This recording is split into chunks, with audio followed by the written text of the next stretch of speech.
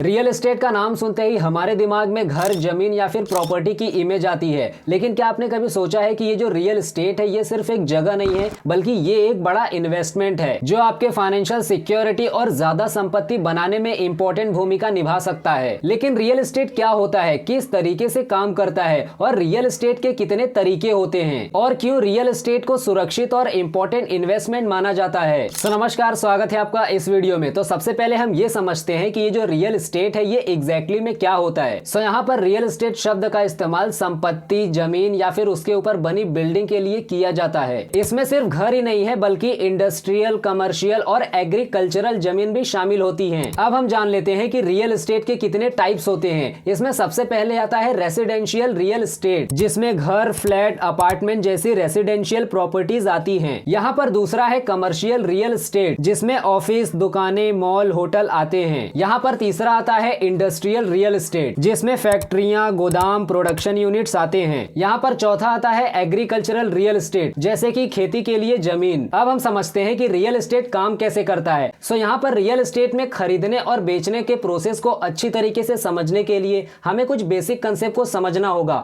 जिसमें कि सबसे पहले आता है प्राइसिंग। तो देखिए, रियल एस्टेट की कीमत बाजार की मांग और सप्लाई पर निर्भर करता है। जिस एरिया में मांग ज्यादा होती है वहां पर संपत्तियों की कीमतें तेजी से बढ़ती हैं। इसके अलावा government policy, interest rate, area का विकास और आसपास की सुविधाएं भी प्राइस तय करने में भूमिका निभाती हैं। अब हम समझते हैं रियल एस्टेट में एजेंट और ब्रोकर को। तो सबसे पहले हम एजेंट को समझते हैं। तो देखिए, रियल एस्टेट एजेंट वे लोग होते हैं जो संपत्ति को खरीदने, बेचने या किराए पर लेने में मदद करते हैं। और रही बात ब्रोकर की, तो ये एजेंटों की तुलना में एक हाई लेवल पर काम करते हैं और ये अपने एजेंटों की देख रेख करते हैं। यहाँ पर तीसरा पॉइंट आता है रजिस्ट्रेशन एंड टैक्स, यानी अगर आपके पास ज्यादा संपत्ति है तो आप उसे किराए पर देकर रेगुलर इनकम कमा सकते हैं। इसके अलावा रियल एस्टेट को लॉन्ग टर्म इन्वेस्टमेंट के रूप में देखा जाता है, क्योंकि समय के साथ इसकी कीमत भी बढ़ती है। अब हम बात करते हैं कि रियल एस्टेट इतना इंपॉर्टेंट क्यों है। तो देखिए, रियल एस्टेट ये सिर्फ आपके रहने या फिर काम करने की जगह नहीं है, बल्कि ये आपके भविष्य के फाइनेंशियल सिचुएशन को भी मजबूत बनाती है। ये कई कारणों से इंपॉर्टेंट है। इसमें से सबसे पहला रीजन है वेल्थ बिल्डिंग, यानी रियल एस्टेट एक स्टेबल और प्रॉफिटेबल इन्वेस्टमेंट होता है जो कि समय के साथ हमेशा बढ़ते रहता है। अगर आप सही तरीके से प्रॉपर्टी में इन्वेस्ट करते हैं तो आपको इन फ्यूचर में अच्छा रिटर्न मिल सकता है। इसमें दूसरा पॉइंट आता है स्टेबल इनकम, यानी अगर आप अपनी प्रॉपर्टी को किराए पर देते हैं तो ये आपको रेगुलर इनकम दे सकता है। ये आपके लिए एक एडिशनल इनकम सोर्स हो सकता है। यहाँ पर तीसरा पॉइंट आता है लो रिस्क का। अब देखो, शेयर मार्केट या बाकी इन्वेस्टमेंट के मुकाबले रियल एस्टेट में इन्वेस्टमेंट का जोखिम कम होता है। बाजार में उतार चढ़ाव के बावजूद इसकी कीमतें समय के साथ स्टेबिलिटी दिखाती हैं। इसमें चौथा पॉइंट है इकोनॉमिक सिक्योरिटी, यानी आपके पास खुद की प्रॉपर्टी होने से आपको मानसिक और फाइनेंशियल सिक्योरिटी भी मिलती है। यह आपके बच्चों के लिए भी एक सिक्योर फ्यूचर में मदद कर सकती है। अब हम बात करते हैं रियल एस्टेट में इन्वेस्ट करने के फायदे के बारे में। इसमें सबसे पहले आता है लॉन्ग टर्म बेनिफिट, यानी रियल एस्टेट में इन्वेस्टमेंट करने का सबसे बड़ा फायदा ये है कि ये लॉन्ग टर्म असेट्स को क्रिएट करता है। प्रॉपर्टी की कीमत समय के साथ बढ़ती है, जिससे आपको इन्वेस्टमेंट पर अच्छा रिटर्न मिलता है। यहाँ पर दूसरा पॉइंट है प्रॉफिटेबल रेंट, यानी अगर आपकी प्रॉपर्टी किसी अच्छे जगह पर है, जैसे कि शहर वगैरह में है, तो आप इसे रेंट पर देकर अच्छा रिटर्न कमा सकते हैं। यहाँ पर तीसरा पॉइंट है इन्फ्लेशन प्रोटेक्शन, यानी रियल एस्टेट महंगाई के खिलाफ एक मजबूत कवच की तरह है, क्योंकि संपत्ति की कीमत और किराया हमेशा बढ़ते रहता है। यहाँ पर चौथा पॉइंट है टैक्स बेनिफिट का, यानी रियल एस्टेट में इन्वेस्टमेंट करने से आपको अलग अलग तरीके के टैक्स में भी छूट मिलती है, जैसे कि होम लोन के ब्याज पर छूट, प्रॉपर्टी टैक्स में छूट, एटसेट्रा। अब यहाँ पर हम बात करते हैं रियल एस्टेट में इन्वेस्टमेंट करने के नुकसान के बारे में। इसमें सबसे पहले आता है इनिशियल कॉस्ट, यानी रियल एस्टेट में इन्वेस्टमेंट करने के लिए आपको एक बड़ी रकम की जरूरत होती है। प्रॉपर्टी खरीदने के लिए जरूरी अमाउंट और रजिस्ट्रेशन चार्ज का पेमेंट करना होता है। इसमें दूसरा पॉइंट है लैक ऑफ लिक्विडिटी, यानी रियल एस्टेट में प्रॉपर्टी को तुरंत बेच पाना मुश्किल हो सकता है, क्योंकि इसमें समय लगता है और इसे तुरंत कैश में बदलना आसान नहीं होता। यहाँ पर तीसरा पॉइंट आता है मेंटेनेंस कॉस्ट का, यानी प्रॉपर्टी को बनाए रखने के लिए रेगुलर खर्चों की जरूरत होती है। इसमें रिपेयर, मेंटेनेंस जैसे और भी खर्चे शामिल होते हैं। अब हम थोड़ा रियल एस्टेट के फ्यूचर के बारे में जान लेते हैं कि ये जो रियल एस्टेट है इसका फ्यूचर कैसा होगा। तो देखिए, भारत में रियल एस्टेट का फ्यूचर ब्राइट है। यहाँ पर बढ़ती पॉपुलेशन, अर्बनाइजेशन और सरकार की अलग अलग योजनाओं के चलते रियल एस्टेट में इन्वेस्टमेंट के कई अपॉर्चुनिटी हैं। स्मार्ट सिटीज, रियल एस्टेट में डिजिटल टेक्नोलॉजी का इस्तेमाल और प्रॉपर्टी की मांग में बढ़ोतरी आने वाले समय में इस सेक्टर को और ऊंचाई पर ले जाएगी। अब लास्ट में हम इसके कंक्लूजन को देखते हैं। तो देखिए, रियल एस्टेट एक स्टेबल इन्वेस्टमेंट है जो आपके फाइनेंशियल सिक्योरिटी को और भी ज्यादा मजबूत बना सकती है। ये लॉन्ग टर्म असेट्स को बनाने का सबसे सुरक्षित और इफेक्टिव तरीका है, चाहे आप पहली बार घर खरीद रहे हो या फिर इन्वेस्टमेंट के लिए कोई प्रॉपर्टी देख रहे हो। यहाँ पर रियल एस्टेट आपकी फाइनेंशियल प्लान्स का एक हिस्सा बन सकता है। सो आई होप आपको सारी चीजें अच्छी तरीके से समझ में आ गई होंगी। बाकी हम फिर मिलते हैं नेक्स्ट वीडियो में। तब तक आप हंसते रहिए, खेलते रहिए और मुस्कुराते रहिए।